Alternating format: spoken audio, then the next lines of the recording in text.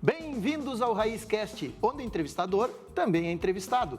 Estamos começando o 24º episódio da primeira temporada, diretamente aqui do estúdio da Masper TV. Então, prepara teu chimarrão ou aquele café especial e vem com a gente mergulhar em mais uma história inspiradora de empreendedorismo.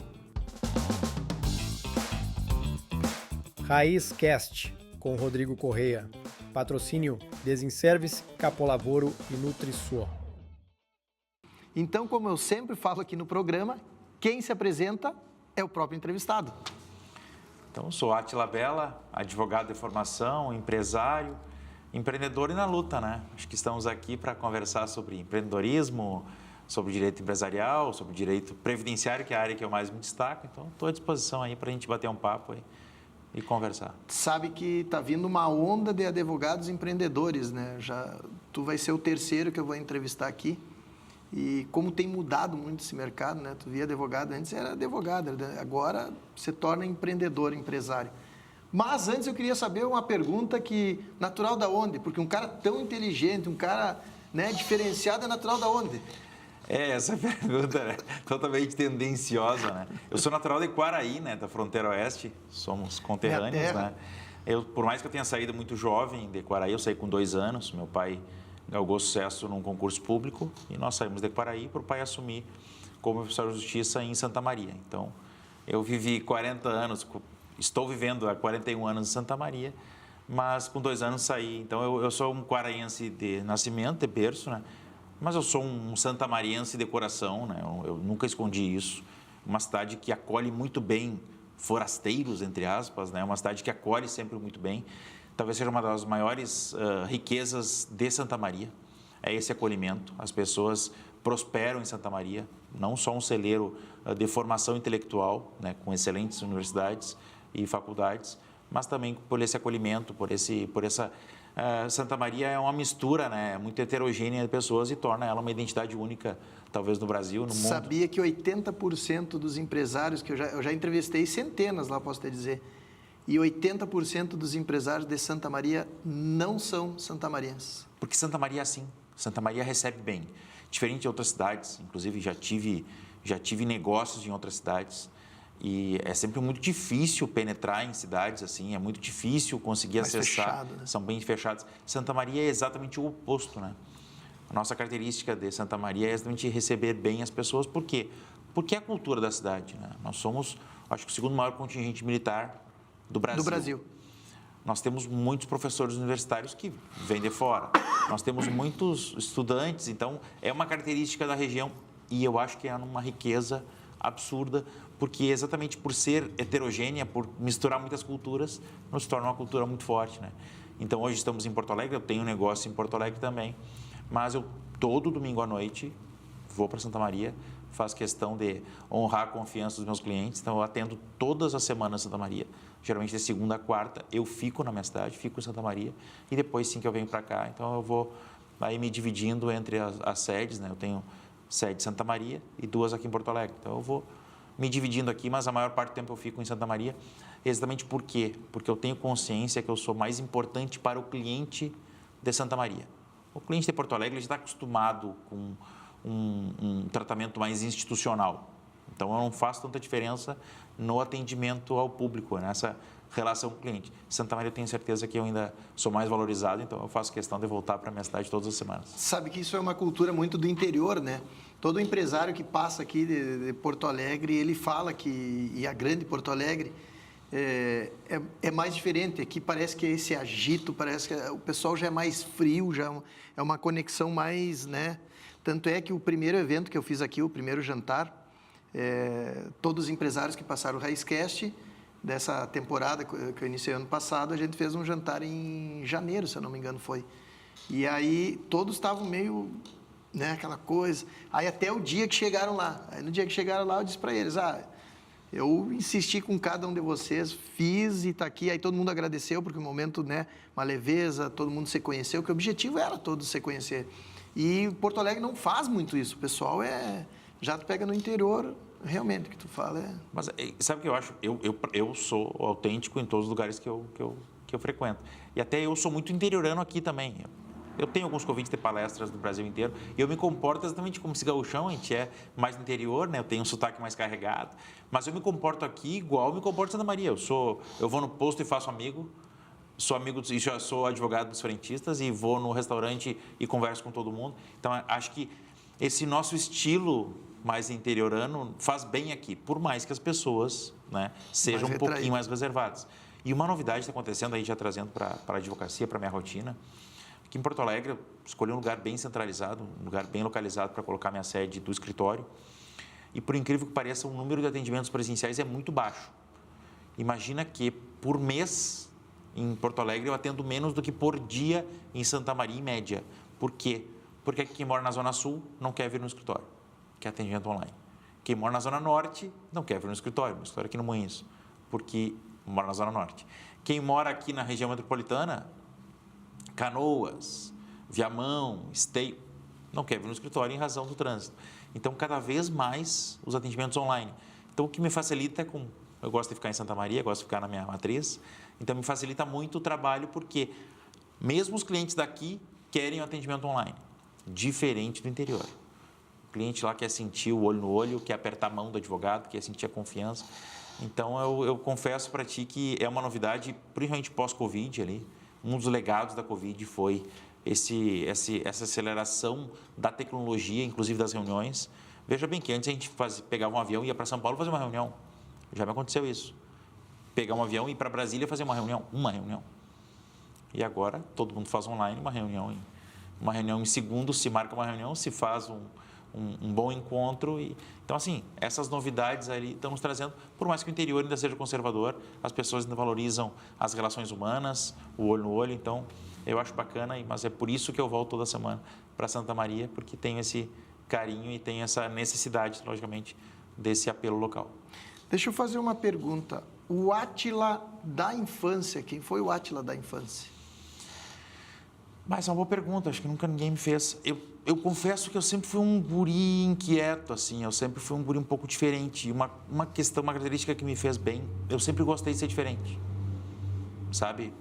Tinha logicamente o espelho do meu pai, então eu lembro que meus amigos iam para as festas de bermuda e camiseta.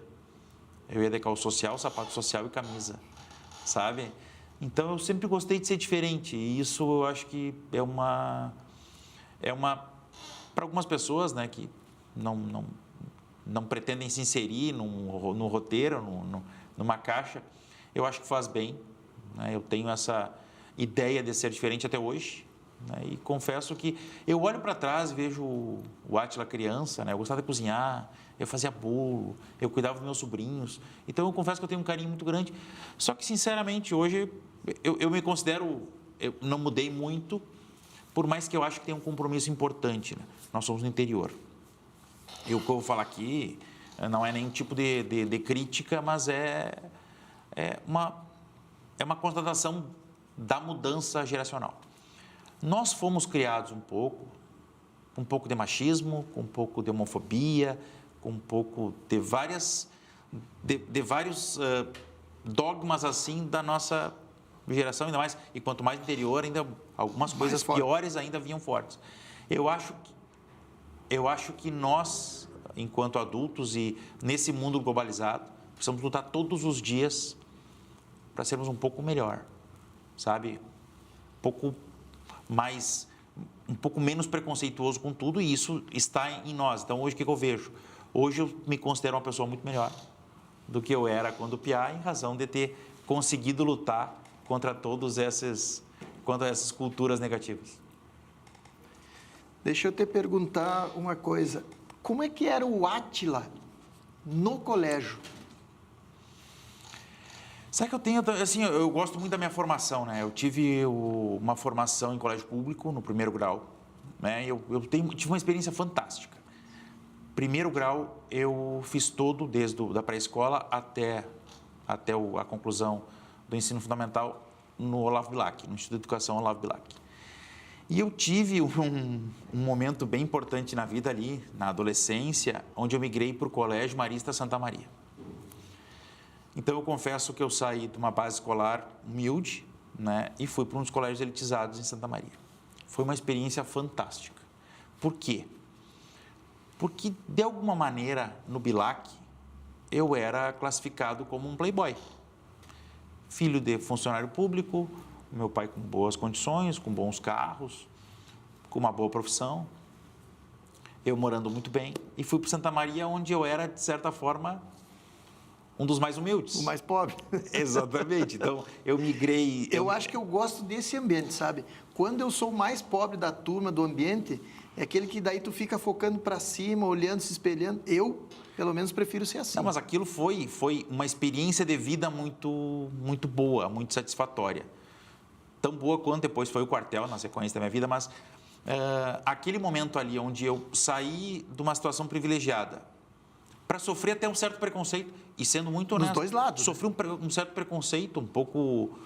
de algumas pessoas, logicamente, né? Não é da instituição, mas de algumas pessoas. Eu tenho muito carinho à formação marista, inclusive os meus filhos estudam aqui no Marista. Mas eu sofri um preconceito no seguinte sentido. Imagina que eu cheguei com 15 anos e eu não fui convidado para nenhum aniversário de 15 anos das minhas colegas. Estranho, mas um preconceito natural, um elitismo natural que acontece em alguns segmentos da sociedade.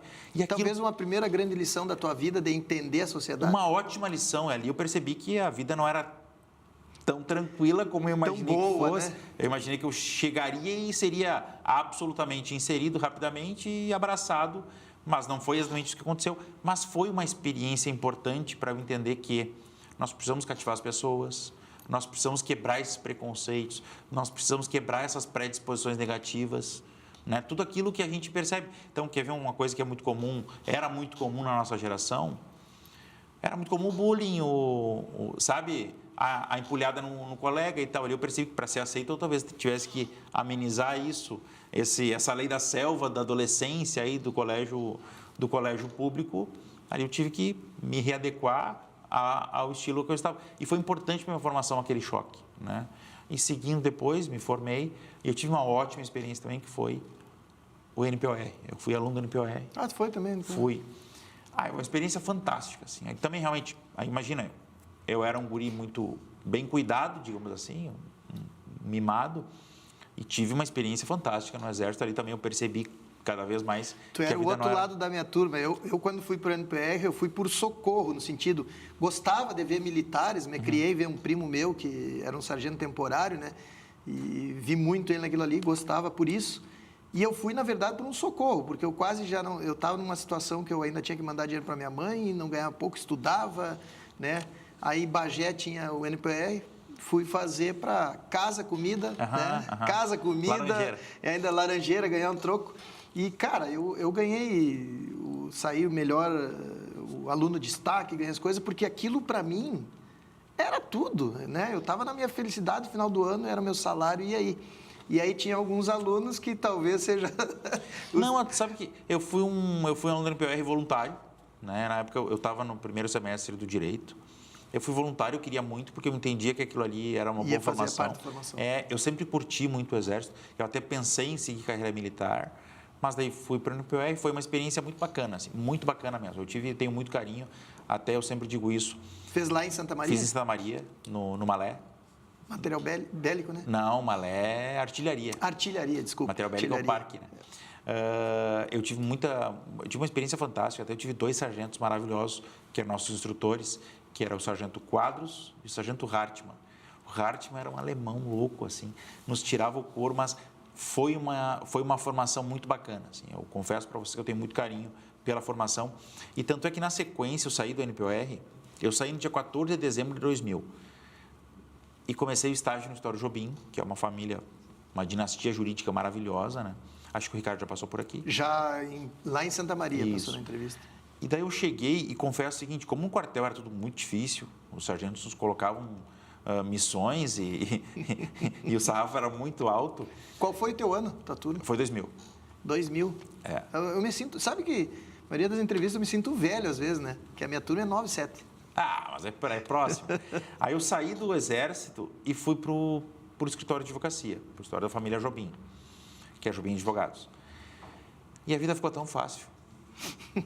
Ficou tão fácil, porque no quartel tem a pressão psicológica, né? Que beira a humilhação, mas é para um teste psicológico forte mesmo e tal. Aí eu fui para um escritório maravilhoso, né? Na época quase centenário já, onde as pessoas me tratavam com respeito, né? Onde as questões eram só intelectuais. O serviço braçal era, no máximo, ir ao fórum ou ir na fazenda da família em São Pedro.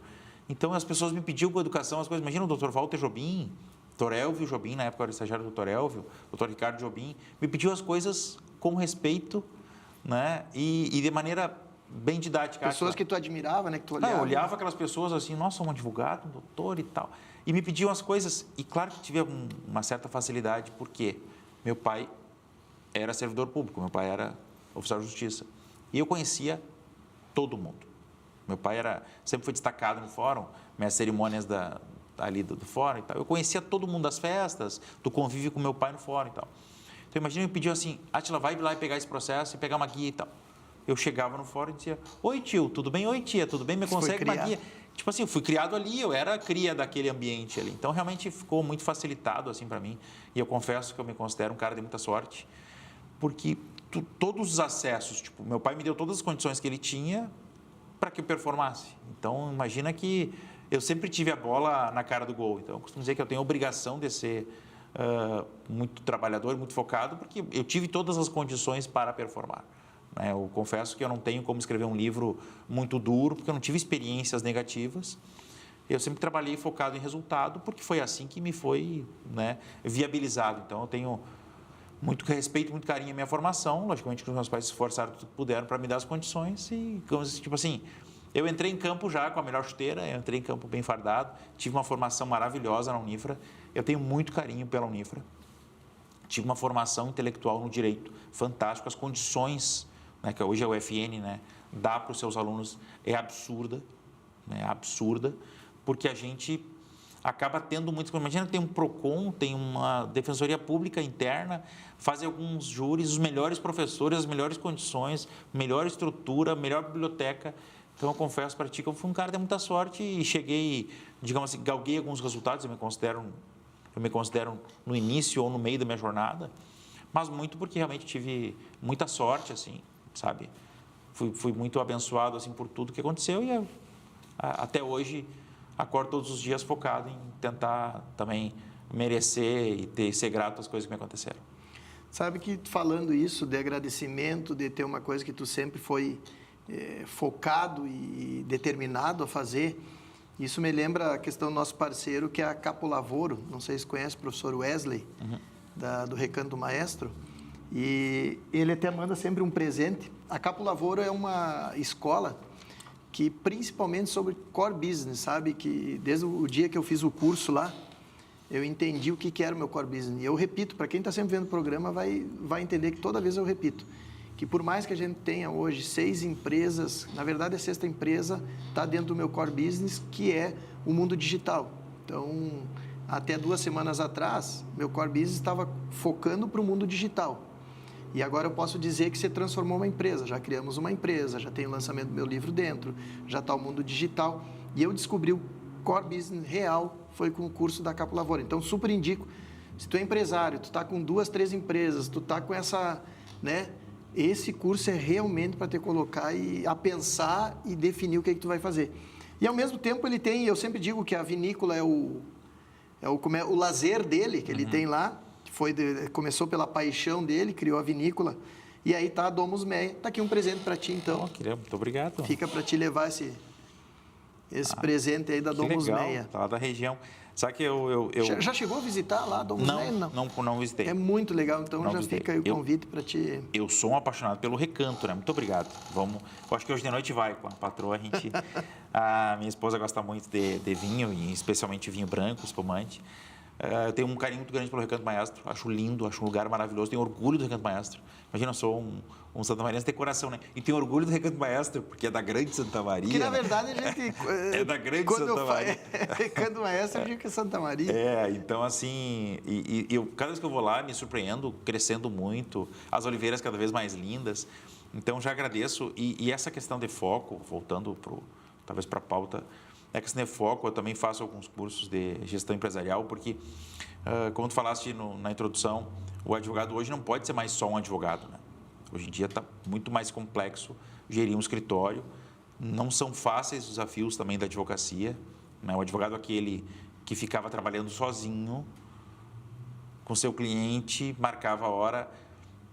Esse está em extinção, porque hoje em dia os processos gigantescos já não são mais, né, a normalidade, são exceção.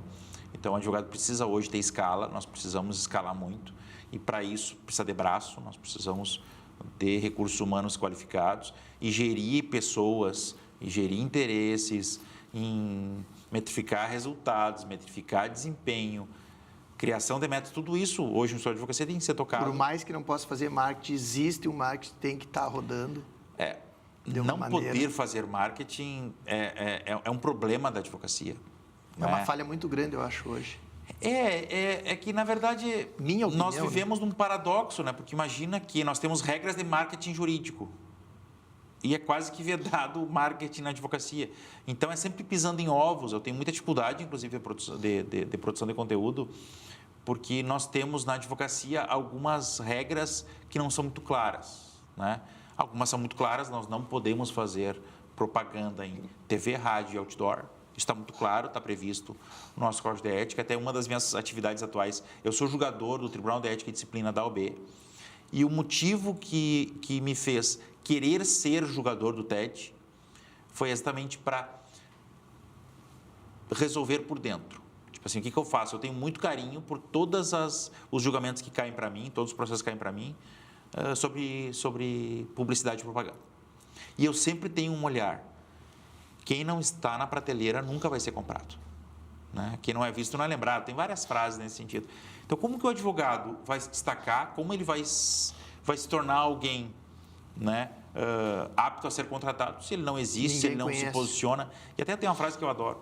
Pessoas não contratam advogados, pessoas buscam vencedores. É uma frase que eu gosto muito. Porque a pessoa ela quer alguém que tenha segurança, sabe? E aqui eu vou deixar uma coisa muito clara. Eu sempre digo o seguinte: não estou dizendo que não tem espaço para as novas gerações. Eu, há 20 anos atrás, era totalmente nova geração. O que eu quero dizer é que o cliente quer segurança. Então, mesmo um jovem, mesmo um estudante, que estuda um tema, se posiciona adequadamente e consegue difundir esse conteúdo, ele pode ser uma autoridade naquele assunto, ele é um vencedor. Num país onde menos de 20% da população tem curso superior, um advogado que tem já é um vencedor. Então, eu sempre dou essa... Porque quando eu falo isso, parece, o Átila está falando que ele é um advogado já consolidado na região e tal. Não. Ser advogado já é uma vitória, ter uma empresa já é uma vitória, ter um curso superior é uma vitória. As pessoas só precisam entender que posicionamento, né? Aí na advocacia tem que ser informativo, mas produzir bons conteúdos, se posicionar a respeito de direito das pessoas, acaba levando conhecimento. E essa pessoa, logicamente, que pode identificar naquele comunicador uma opção para a contratação. Então, mas na advocacia é um desafio grande, não só da publicidade, que a gente pode, mas não pode, mas com todos os desafios atuais. Temos agora uma reforma tributária entrando, que afeta também os escritórios de advocacia. Então, realmente não é fácil, mas logicamente que é um desafio recompensador, porque senão ninguém faria, né? Talvez tu não veja agora, largando uma polêmica, essa questão que o judiciário hoje está muito desacreditado, que não existe uma base constitucional, está virando uma guerra no país, isso não complica muito para a questão vocês hoje? Complica, nós temos certas inseguranças jurídicas que nós vivemos, né, no dia a dia. É complicado, as pessoas desacreditam, mas por outro lado, né, o que está acontecendo no Supremo é totalmente previsível, porque é um órgão jurídico com indicação política. Então, é um órgão político. Né? E foi assim que foi concebido na Constituição Federal. Nós sabíamos que isso viria a acontecer. Algum dia ia dar um grande problema. Então, eu confesso que eu não sou um sofredor. Eu não tenho vocação para vítima, para sofredor. Eu entendo que é um problema. Nós vivemos com insegurança jurídica, mas todos os dias o advogado tem que acordar, eu brinco, colocar sua armadura e ir para a guerra. Eu acho que o advogado que recebe a confiança de um cliente para defender um interesse ou para defender um direito, ele tem que ficar alheio a esse drama, a esse problema e tentar fazer da melhor forma possível. Hoje em dia, o desafio é fazer com que escape do Supremo, fazer tentar fazer com que não chegue lá, porque realmente quando chega é complicado. Nós não é realmente uma caixinha de surpresa, né? E eu tive uma experiência péssima em 2024, que foi a reviravolta da famosa revisão da vida toda, né? Que agora volta para o julgamento.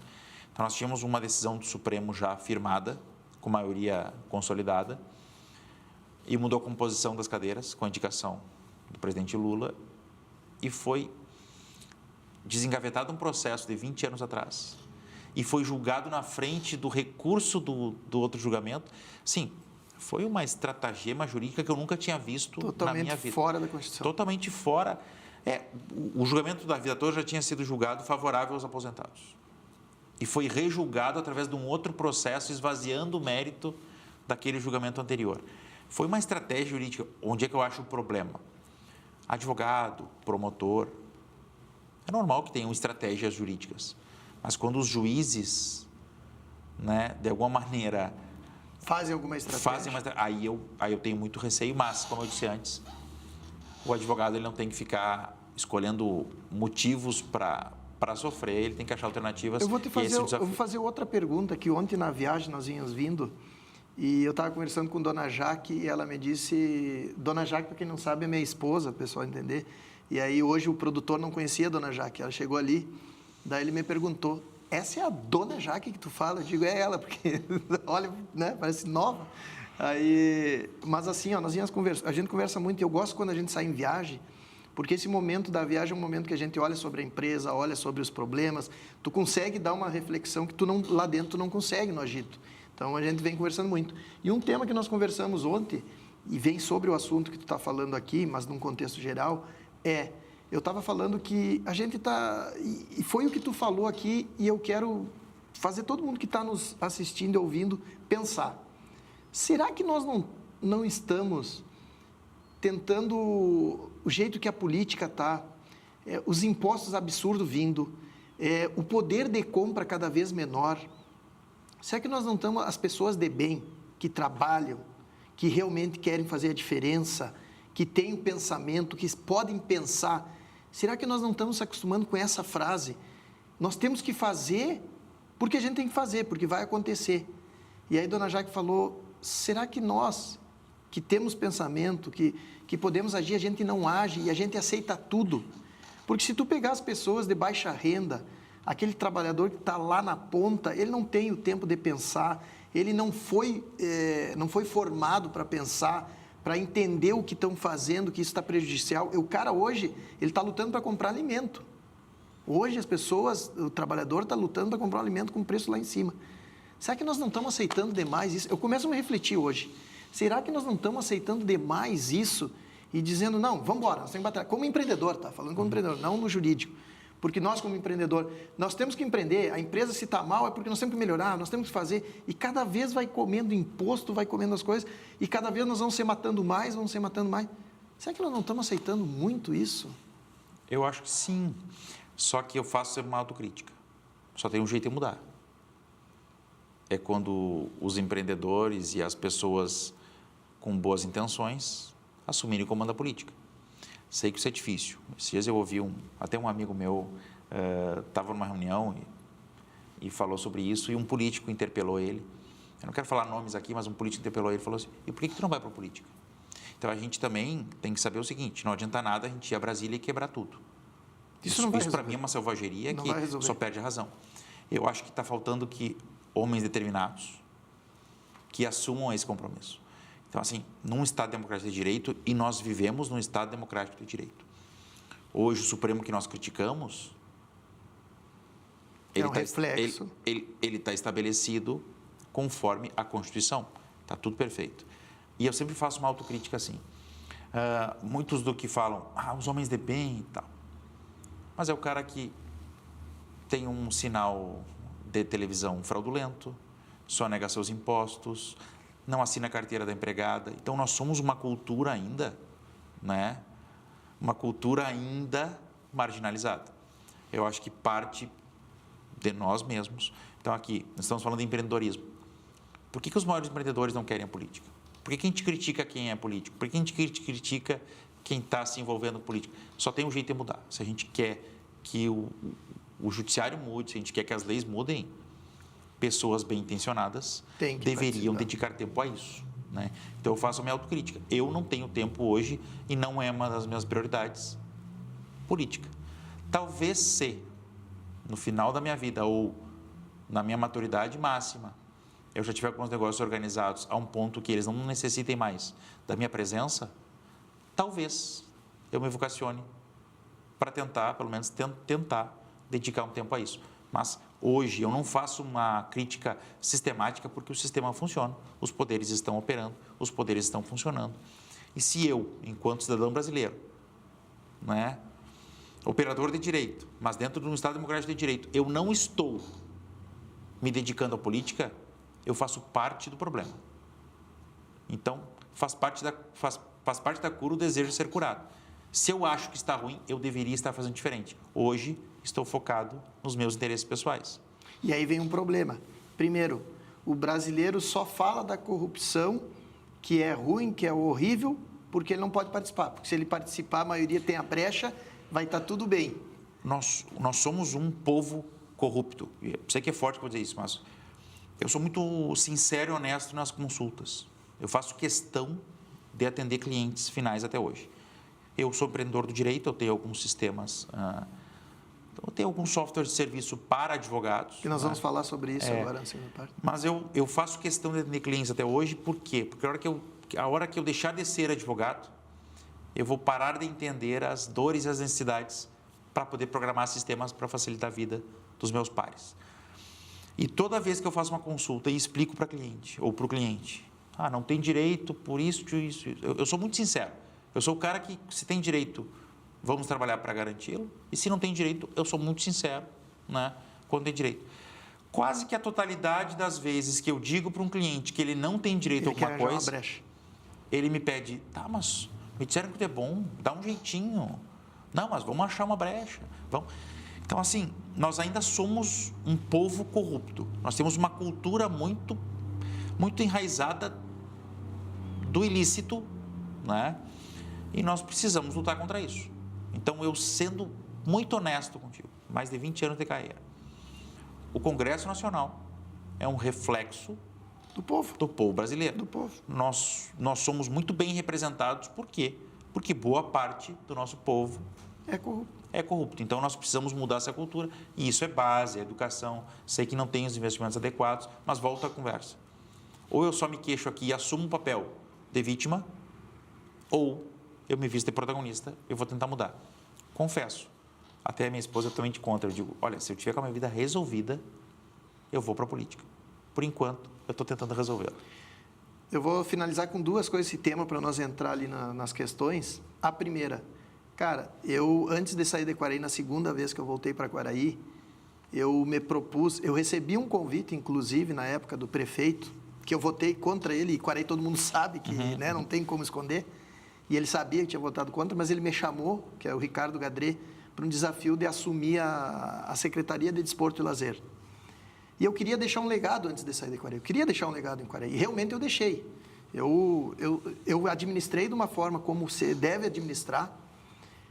Eu deixei um centro esportivo. O Quaraí nunca teve campo iluminado. Deixei campo de futebol iluminado, quadra de caminhada para as pessoas, bicicleta para a gurizada, as pistas de bicicleta, de cross, quadra de society, que nunca teve, de graça para as pessoas, 22 campos nos bairros, eu fui criado em bairro, sabia? Campos de futebol para ter, escolinha de futebol para as crianças com alimentação, porque muitas crianças iam lá só pela alimentação, eu podia jogar, e eu cobrava nota de estudo. Cara, eu sei que eu fiz uma administração top, mas eu não aguentei 8 meses.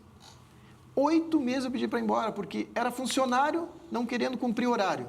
Aí eu botei cartão ponto. Isso aqui virou um quartel, uma vergonha. Não, vergonha é tu receber e não trabalhar. Eram os funcionários, por isso que eu digo que a corrupção está em todos. As pessoas reclamando porque tinham que cumprir o horário na prefeitura. Mas não é o acordo que eu tinha. Não, meu querido, tu está ganhando salário, tu tem que cumprir. Era fornecedor, nem dá para falar as coisas. Então foi um tempo que deu 8 meses, eu disse, cara, eu tentei. Mas o sistema é complicado, as pessoas todo mundo quer tirar vantagem. Vou-me embora, seguir a minha vida, a minha família, e meu legado foi deixado e estou indo embora. Então, é muito complicado. É isso que tu dizia? Sabe que eu estou tendo uma experiência aqui em Porto Alegre até. Eu divido minha vida, né? Eu fico alguns dias aqui e alguns dias em Santa Maria. Eu até realizei o sonho da família, a gente comprou um apartamento no lugar que a gente sonhava em morar, que é no Parque Germânia, ali no Jardim Europa. E eu abri, a primeira vez que eu fui no apartamento, eu abri assim a janela e tem 2 quadras de tênis e 2 de beach tênis no Parque Germânia. E meu esporte favorito é o pádel. Sou apaixonado por pádel. E eu tive a ideia, minha esposa tivemos a ideia, vamos doar 2 quadras de pádel para o Germânia. Porque é o nosso esporte, né? É a vista do nosso apartamento, assim, tal. É onde a gente sonhava morar. Minha esposa é arquiteta, vamos fazer um projeto, vamos doar 2 quadras de pádel para Porto Alegre. Se eu te disser que faz uns 8 meses que eu tento. E não consegue. E me esforço. E a prefeitura parece criar obstáculos, parece não querer, por mais que queira, né? Mas eu tive uma experiência muito boa até, um santamariense, um almoço de negócios, um almoço lá, festivo, no Instituto Caldeira, onde eu tenho sede. Sentei do lado do Giuseppe Resgo, não sei se já entrevistou ele. Sim. Ele está aqui agora, né? Ele está como secretário de parcerias. O Resgo foi um cara que bateu 20 vezes na minha porta lá e pediu para mim, cara, nós precisamos de gente como tu entrar para coisa. Eu digo, Resgo, eu tive... E hoje o grande problema também é que as pessoas falam que se tu vai para a política, já te taxam como uma pessoa corrupta, né? E então as pessoas parece que não querem que pessoas de bem entrem. Isso até tem uma frase do Tom Jobim que eu adoro. No Brasil, sucesso é ofensa pessoal, né? Mas aí quarta-feira eu conversei com o Resgo num almoço no Caldeira. Na sexta-feira a gente fez uma reunião. Ele convocou a reunião, chamou a arquiteta da prefeitura. Eu, minha esposa é arquiteta, né? Fomos lá, umas 10 pessoas numa mesa, resolvemos em 2 dias. Então, isso é um sinal de que a política está errada, né? Nós estamos há meses com o processo tramitando, com exigências descabidas, assim, absurdas. Por uma doação. Por uma doação. Né? 2 quadras maravilhosas. Uma doação. 2 quadras maravilhosas de pádel, essas de vidro e tal. Mas a prefeitura, até pela ignorância, no sentido de desconhecer o pádel, queria algumas exigências absurdas quanto ao vidro, a coisas absurdas assim que não são usuais. Aí foi 2 dias depois de conversar com o Resgo, uma reunião simples, tudo resolvido. Agora está para sair a licença para a gente poder construir as quadras para doar para Porto Alegre. Então, essas coisas assim são do dia a dia, mas pessoas bem intencionadas, pessoas com essa visão mais empreendedora, mais empresarial, nós precisamos ajustar. Eu confesso que não é uma crítica aqui, é uma sugestão. Eu sempre digo que todo problema é uma oportunidade de melhora, né? Eu acho que o serviço público brasileiro, assim como o mundial, tem que ser revisto. Eu acho que as pessoas devem ter os seus direitos totalmente consagrados. Então, eu sou um cara que sou totalmente adequado, totalmente a favor dos direitos adquiridos e todos os servidores públicos o têm. Meu pai é servidor público, eu fui financiado pelo serviço público, então eu sou totalmente adepto a ele. Só que eu acho que nós precisamos metrificar, colocar metas e bonificar esses servidores. Hoje, em algumas situações, nós temos que ter 5 servidores para fazer o trabalho de uma pessoa. Pela dificuldade de instituir metas, métricas de desempenho, conceitos básicos do empresário. Eu acho que nós temos que manter todos os direitos, mas a partir daqui, os servidores que estiverem lá poderem ter gatilhos de remunerações por desempenho e novos servidores deveriam ser contratados já com nova legislação. Eu estou falando isso numa reforma importante do serviço público, mas pessoas com metas de esforço, metas de resultado e bonificação por desempenho. É como eu acho que a gente poderia resolver. Mas, por outro lado, Rodrigo, sendo muito sincero assim, eu estou me esforçando muito para entender um contexto de direito internacional. Tenho feito alguns cursos no exterior e tenho estudado o direito internacional, em especial o direito previdenciário internacional, que eu acho que é um mercado muito bacana, onde ainda não está totalmente ocupado e é por isso que eu quero ocupá-lo. E se eu disser que no exterior é pior? Então, aqui fica a minha crítica. Eu acho que a gente tem que melhorar sempre, né? Nada é tão bom que não possa melhorar. Assim como no quartel eu aprendi que nada é tão ruim que não possa piorar. Podia chover, estava frio, mas podia chover. Mas, e se eu disser que o serviço público brasileiro, a tecnologia aplicada na administração pública brasileira é muito superior à dos Estados Unidos e da boa parte dos países da Europa. Lá são burocratas extremos, nós já estamos usando tecnologia para muita coisa, né? Não é só a nossa urna que é eletrônica, nós temos muitos sistemas eletrônicos. O Brasil deu um avanço muito importante pós-Covid. Os sistemas digitais, eletrônicos e virtuais do Brasil são os melhores do mundo. Então, eu confesso, eu não sou um cara que acha que o Brasil é um horror, sabe? Eu não acho que a gente é o pior país do mundo, sabe? Claro que nós temos muita coisa a melhorar, nós temos uma cultura a evoluir, só que nós somos um país muito jovem, sabe? Eu sou um realista esperançoso. Vou largar outra frase, que eu sou um frasista, né? Eu costumo dizer que eu sou um realista esperançoso. É uma frase do Ariano Suassuna, que eu aprendi com ele. Ele diz o seguinte: não sou um otimista, não sou um pessimista. Otimistas são ingênuos, pessimistas são amargos, sou um realista esperançoso. Eu tenho muita esperança no Brasil. Nós somos um país um pouco mais de 500 anos. Pensa em comparação ao velho mundo. E nós já estamos muito bem em alguns segmentos, melhorando um pouquinho a base, a cultura. O nosso povo é um povo generoso, um povo criativo. Eu tenho muita esperança no Brasil. Sabe que o método raiz, o meu livro que eu lancei, o meu método que eu tenho, ele é uma mistura do público-privado. Porque a grande gestão que eu faço hoje, que eu ensino todos os meus alunos e os empresários, que traz da administração pública, que só estão fazendo errado, mas a administração pública, se usar o modelo que está no Brasil, e ele é muito bom, que eu chamo as caixinhas do método raiz, é divisão por contas. Quando tu precifica o teu produto, quando tu faz a tua gestão, tu divide por contas. Então, uma maneira bem simples para todo mundo entender o que eu estou falando. Quando eu trago da administração pública, eu aprendi nesses 9 meses, tanto no Exército um pouco, depois esses 9 meses como secretário, eu entendi que, por exemplo, na energia solar, na minha empresa de energia solar, é simples de dizer, eu tenho o CMV, o preço do produto, eu tenho custo administrativo, eu tenho outros, eu tenho lucratividade. Um exemplo bem simples. Toda vez que entra um produto, uma venda de produto, são divididos os valores nessas caixinhas. Então, quando eu enxergo mais para frente, tem que pagar 13º, tem que pagar isso, ele já está na caixinha destinada. Esse dinheiro não é usado em outra área. E isso faz ter uma administração, uma visão perfeita. Vem da administração pública essa parte. Quando estava falando das caixinhas, eu já estava pensando nas minhas planilhas de Excel, né, nas colunas de... Então, o serviço público ele é mais complexo, porque ele não... É diferente a gente escolher a margem que a gente quer para o nosso negócio e precificar. É muito diferente do que disso. Mas, por outro lado, são desafios parecidos, né? E talvez seja a empresa mais complexa de se administrar, é a pública, né?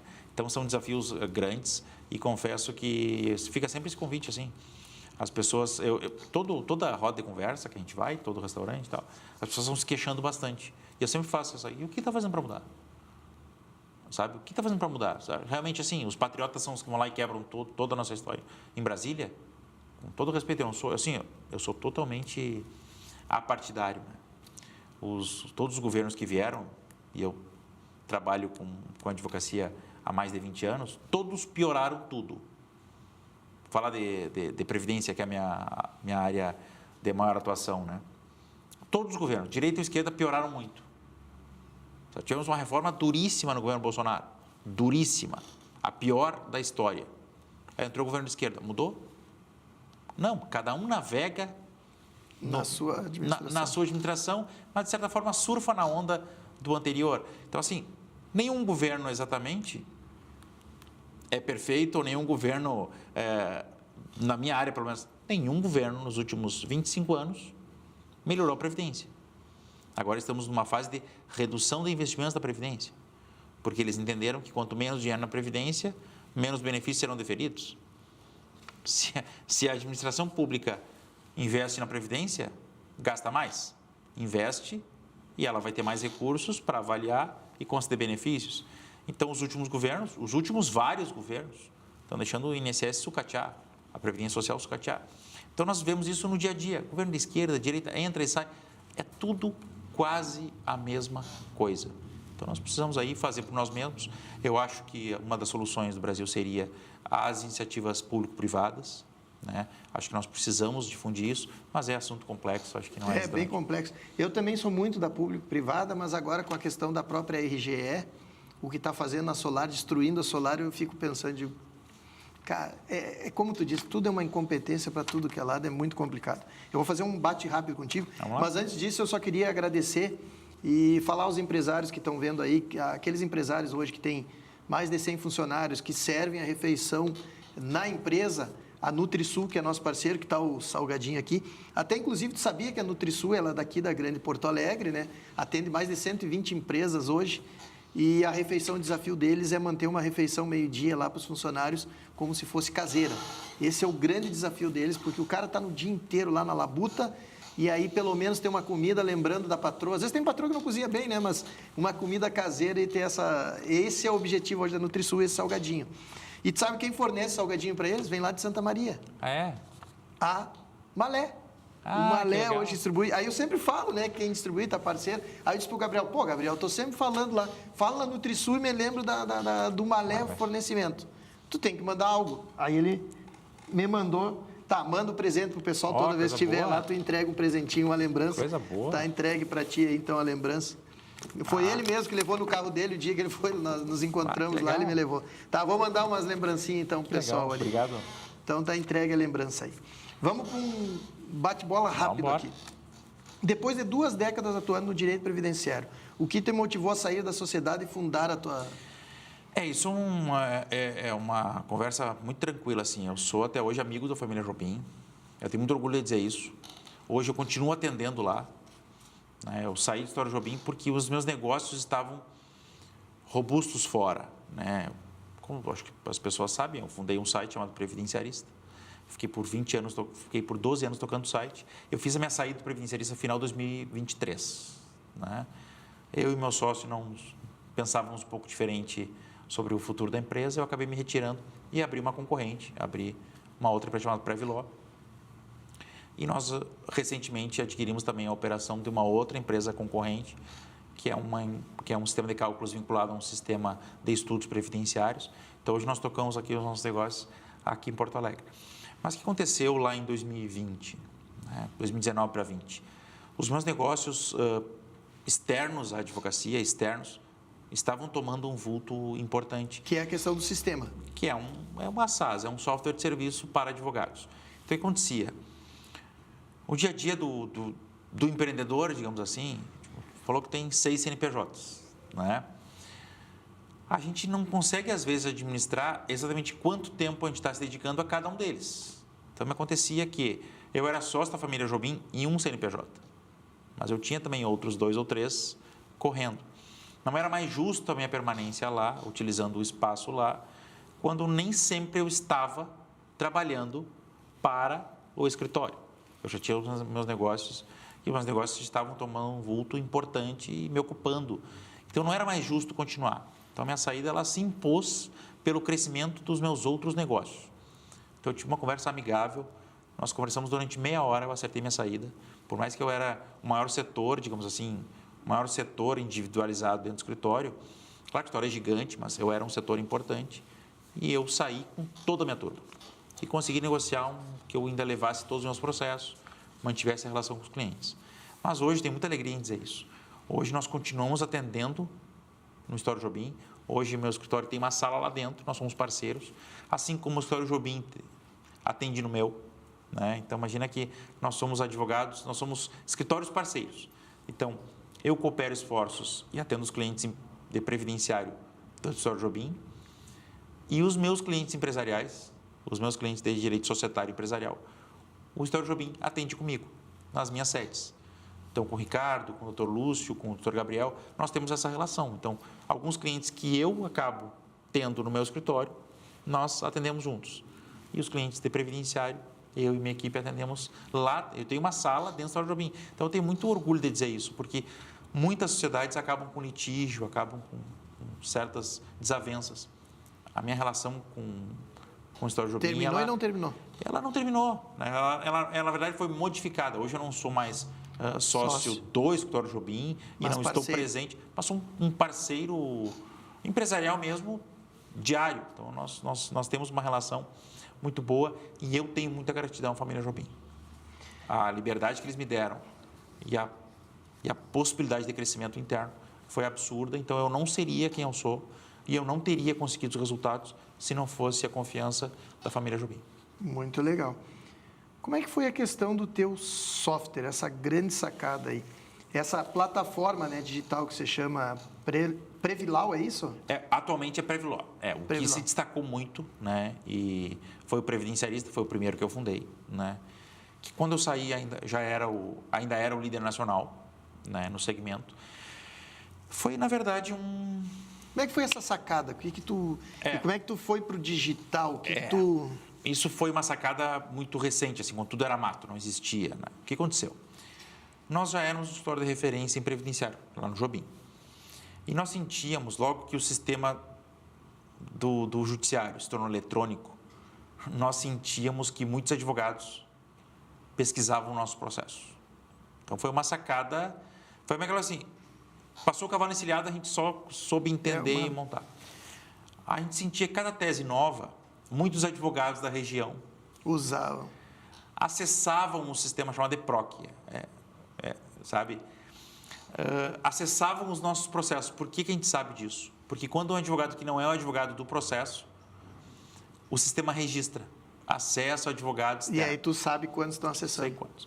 Aí cada revisão que surgia nova, cada precedente que acontecia, cada nova tese, eu sentia que a gente era um dos primeiros a montar, eu sempre fui um cara muito interessado. E aí os advogados começavam a nos visitar, né, dar uma olhadinha. E eu, uma vez, indignado, falei, mas esses caras, em vez de estudar... Tipo assim, eu virei à noite fazendo a tese. E lá copiar. E agora vai copiar. Aí eu tinha um estagiário na época brilhante e ele disse, se os caras querem te copiar, por que a gente não vende? Então, eu fiz a reclamação, eu senti a dor e o meu sócio da época, meu estagiário da época, teve a ideia. Vamos colocar para vender essas petições, vamos colocar para vender esse negócio. E o previdenciarista nada mais foi do que uma maneira de tornar uma experiência, um software, a experiência do escritório. Então, aquela organização que nós tínhamos, os sistemas que nós desenvolvemos, a minha realidade do escritório foi traduzida para um software de serviço, para um sistema, para um site. E nós fomos aprimorando ele, né? Até a minha saída a gente foi aprimorando ele. Então, isso deu muito certo.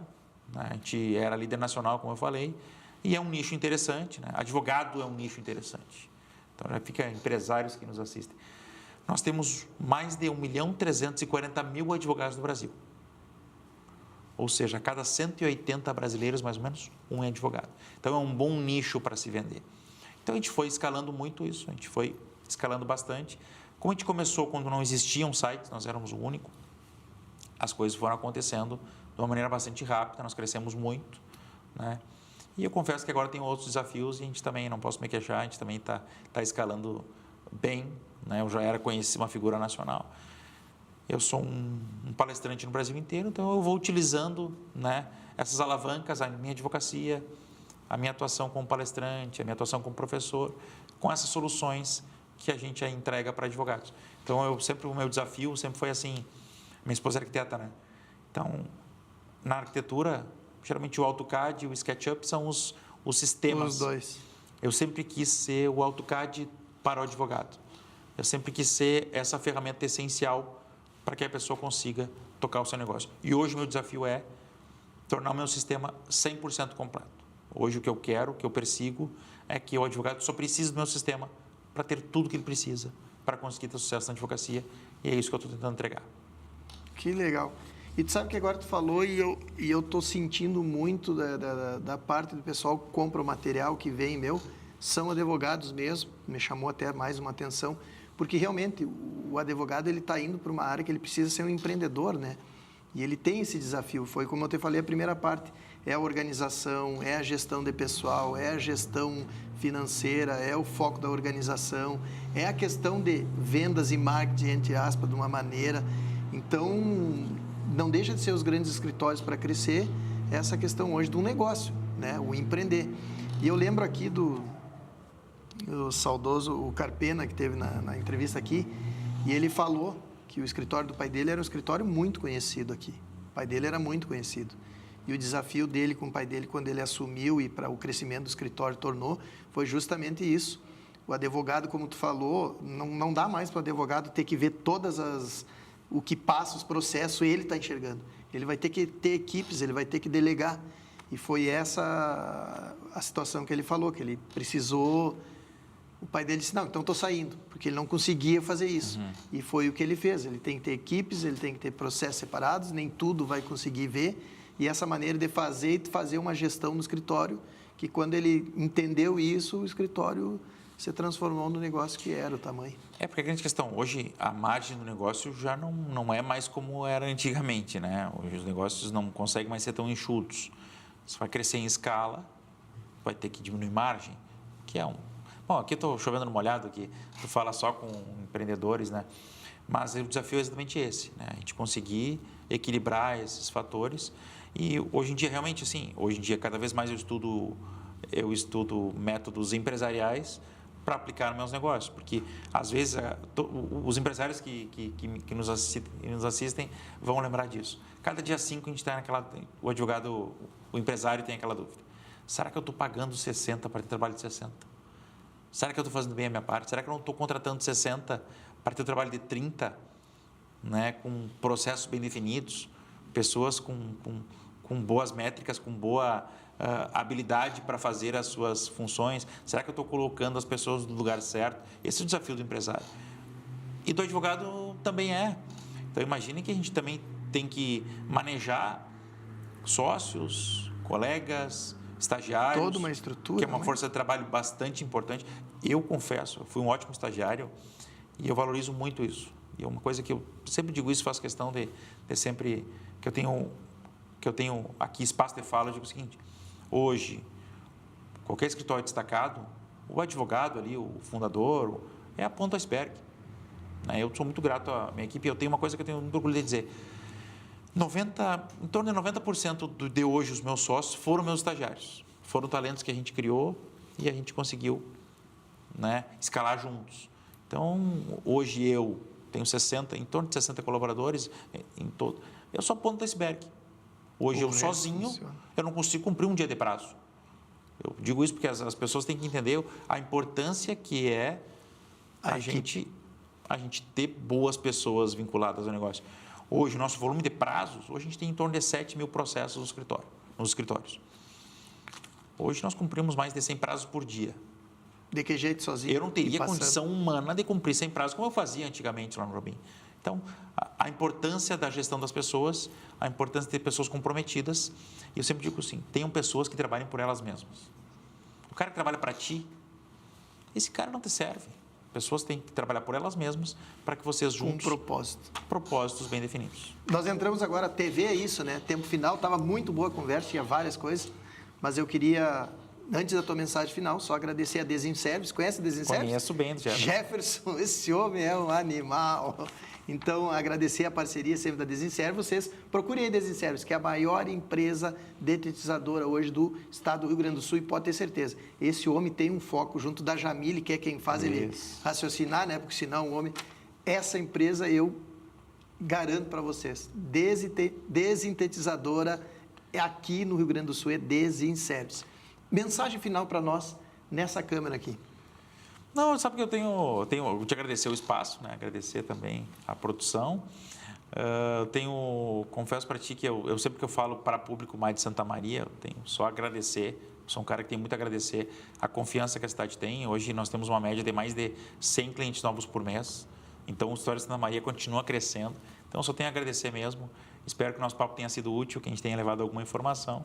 E, logicamente, eu vou convidar aqui a todos, engajem, façam perguntas, que a gente faz questão daí de... Depois, se chega alguma pergunta, eu faço questão de responder e que seja o primeiro papo de muitos aí. Muito obrigado, eu que agradeço. Para vocês que estão nos ouvindo, assistindo, o programa termina aqui. Para mim, eu tenho um almoço com esse cara que eu vou aprender muito ainda. Estou indo lá visitar o Caldeira, escritório dele. Agradeço a todos vocês e encerro o programa com aquela velha frase: fiquem com Deus.